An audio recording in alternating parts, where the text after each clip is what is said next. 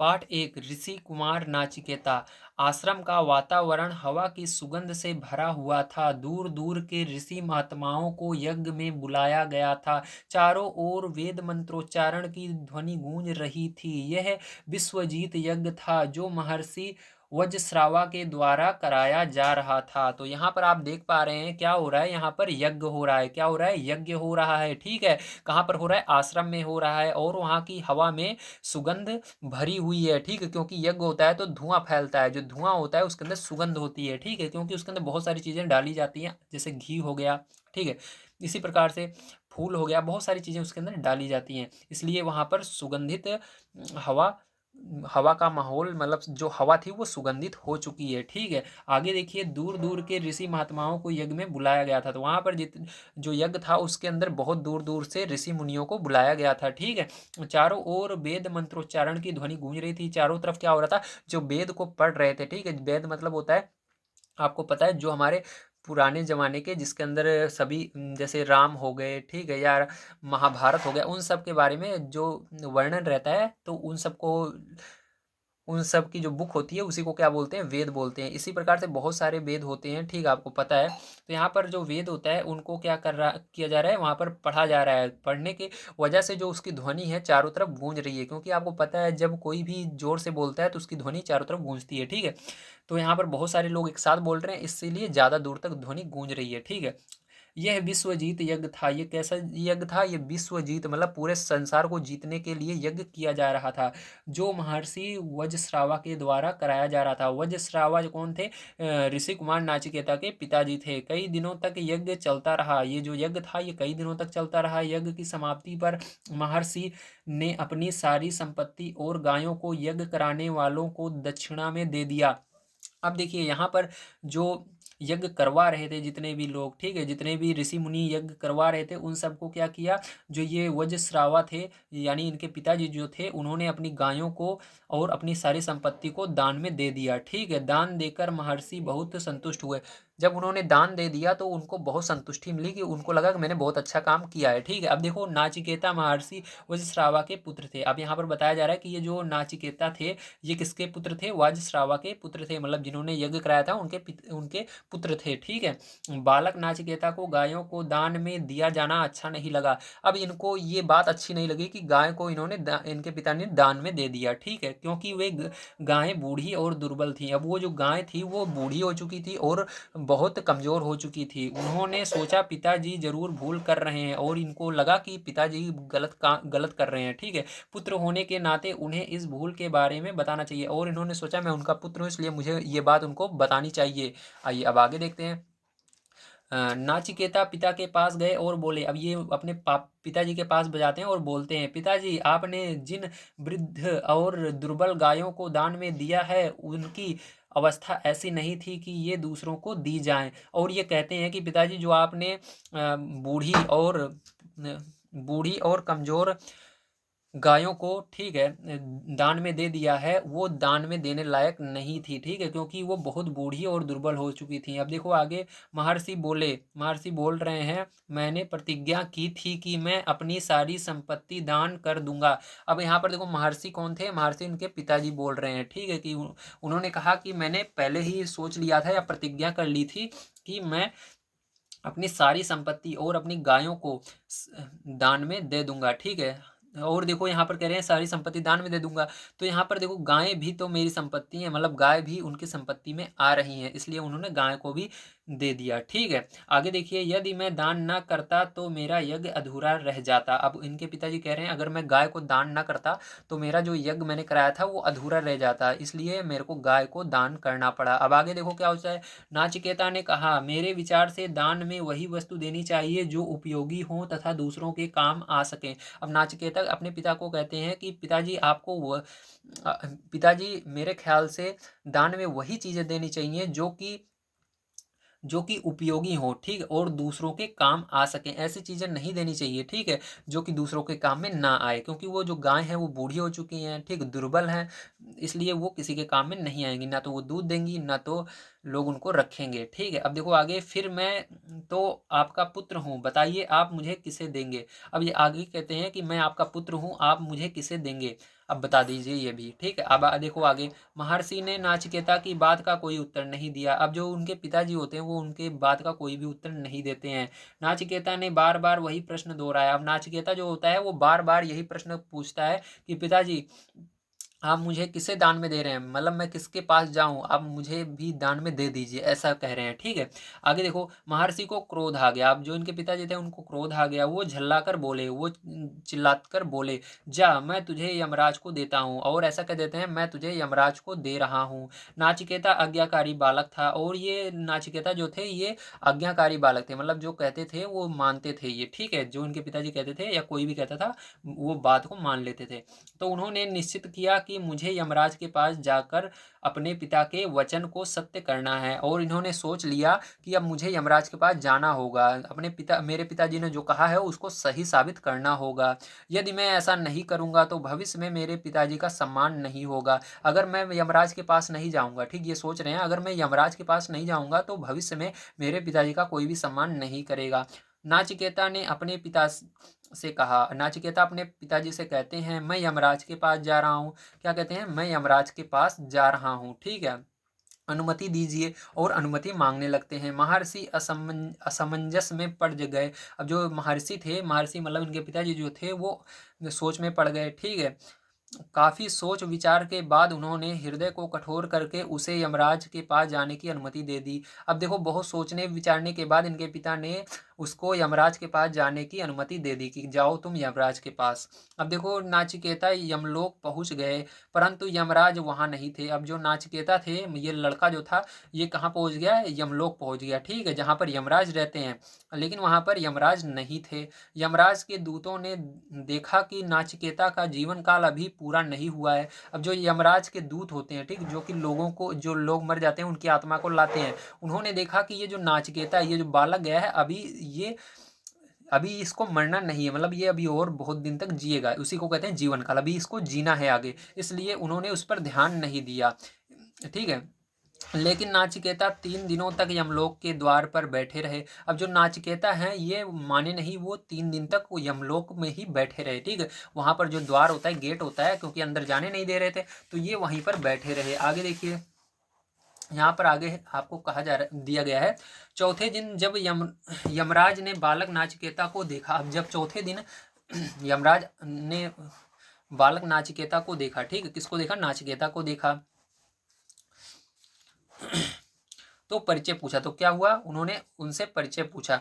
नाचिकेता ने निर्भीक होकर विनम्रता से अपना परिचय दिया। अब जो नाचिकेता हैं वो डरे नहीं, वो बिना डरे अपना परिचय दिए, और ये बताया कि वह अपने पिताजी की आज्ञा से वहां आए हैं, और उन्होंने बता दिया कि वो अपने पिताजी की आज्ञा से, मतलब उनके पिता ने उनको भेजा है यहाँ पर। ठीक है, इसलिए वो यहाँ पर आए हैं। यमराज ने सोचा कि यह पितृभक्त बालक है, तो यमराज यहाँ पर सोचते हैं कि ये पितृभक्त बालक, मतलब पिता की भक्ति करने वाला, ठीक है, या पिता की बात मानने वाला बालक है। मैं यहाँ अतिथि है, मेरा यहाँ अतिथि है, और ये मेरा यहाँ पर अतिथि है। ठीक है, अतिथि मतलब जो किसी के पास जाता है उसको अतिथि बोलते हैं। ठीक है, मैंने और मेरे दूतों ने घर आए हुए इस अतिथि का सत्कार नहीं किया।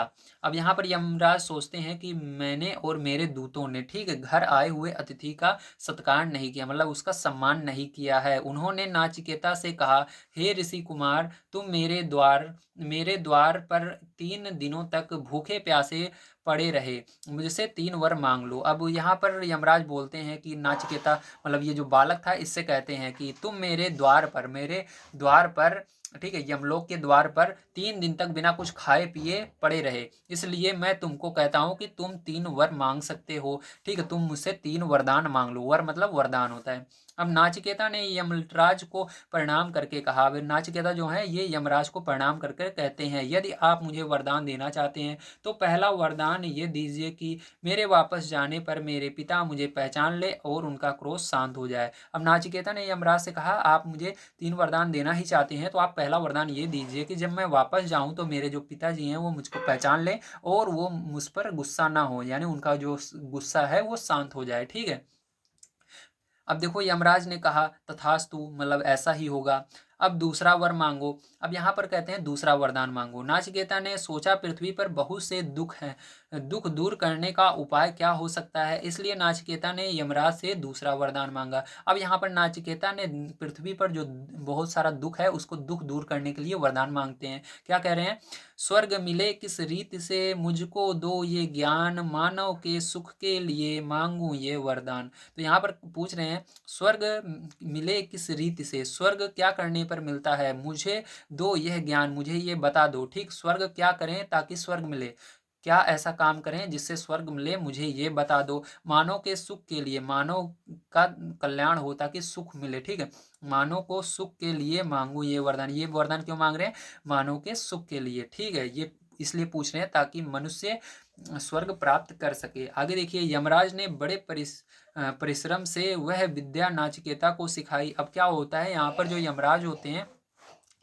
वो नाचिकेता को सिखा देते हैं कि किस प्रकार से स्वर्ग मिलता है, क्या क्या करने पर स्वर्ग मिलता है। ठीक है, पृथ्वी पर दुख दूर करने के लिए विस्तार में नाचिकेता ने ज्ञान प्राप्त किया। अब नाचिकेता को यहाँ पर पता चल गया कि पृथ्वी पर रह करके किस प्रकार से आप कार्य करें ताकि आपको दुख प्राप्त ना हो। ठीक है, बुद्धिमान बालक नाचिकेता ने थोड़े ही समय में सब बातें सीख ली। अब जो नाचिकेता होता है ये बहुत बुद्धिमान थे, ये बहुत ही कम समय में सारी बातें सीख जाते हैं। नाचिकेता की एकाग्रता और सिद्धि देखकर यमराज बहुत प्रसन्न हुए। अब देखो यहाँ पर नाचिकेता बहुत जल्दी सीखे और उनको वो बहुत मन लगाकर सीखे।